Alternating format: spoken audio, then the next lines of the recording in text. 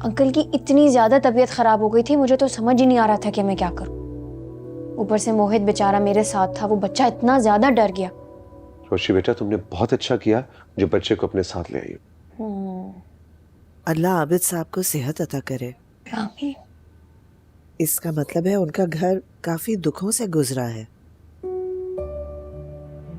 मुझे तो लगता था कि मोहित सर तलहा का अपना बेटा है, ये तो मुझे अभी पता चला कि वो उनका भतीजा है। मेरा भी कई सालों से आबिद साहब से कोई राब्ता नहीं। मुझे बिल्कुल अंदाजा नहीं था कि उनके जवान बेटे और बहू का इंतकाल हो चुका है। जिंदगी भर का दुख है भाई, बहुत बड़ा सदमा है। अल्लाह ताला आबिद साहब को सेहत और सब्र दे। आमीन आमीन। Very sad.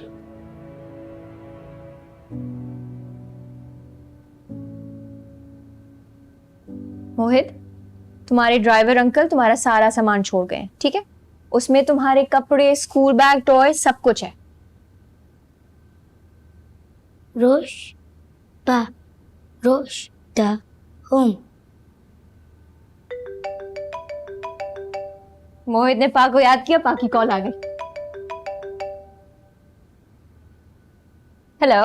हेलो आयत, मोहित ठीक है? मोहित बिल्कुल ठीक है। अंकल कैसे हैं? बेहतर हैं, उनके कुछ टेस्ट हो रहे हैं।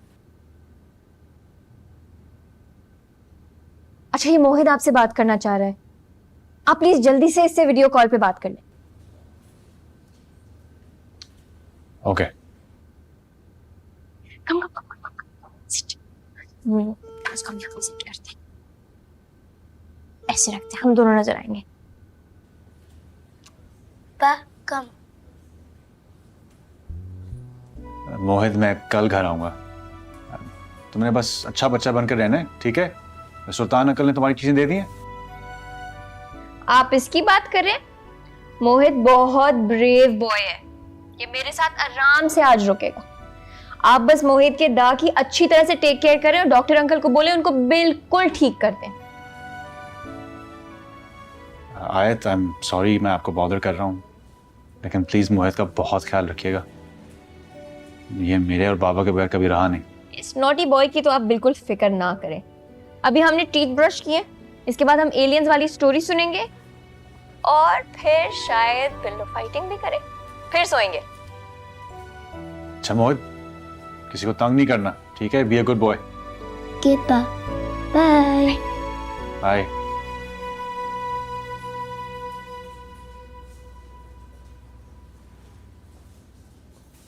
बताओ जरा, पूरा घर छोड़ के उनको एक मेरा ही कमरा पसंद आया? और कराओ मालदार घर में मेरा रिश्ता। दोनों माँ बेटे पूरे घर में ऐसे हक से फेरे थे जैसे वो मालिक और हम मेहमान। खैर, अब ऐसी भी कोई बात नहीं है। वो नकचड़ी सदफ बेगम से तो कुछ बेहतर ही लगी मुझे ये अंजुमन खातून। अभी मैंने हाँ भी नहीं की, इन्होंने मंगनी की डेट भी तय करती है और चहेज बनाना शुरू हो गए, इसकी धमकी दे दी है। जैस्मीन की आंखों में आंसू आए नहीं और मैं ऊपर। कुछ ज्यादा ही सोच रहा है, और कुछ ऐसा भी नहीं कहा था सनी ने। एक बार शादी तो हो जाने दे, सारे कसबल निकालती हूँ।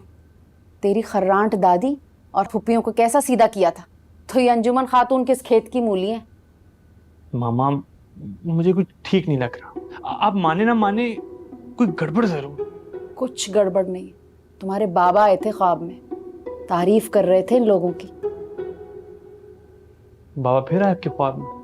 इतना तो आप लोग जिंदगी में नहीं मिले जितना मरने के बाद वो आपको मिलने आ रहे हैं। अगर कोई गड़बड़ हुई ना तो बाबा बचाने भी नहीं आएंगे, बल्कि हम सीधा उनके पास ऊपर पहुंच जाएंगे। जो लोग शादी से पहले इतनी तड़ियां लगा रहे हैं, अल्लाह जाने शादी के बाद क्या करेंगे। देख लेंगे।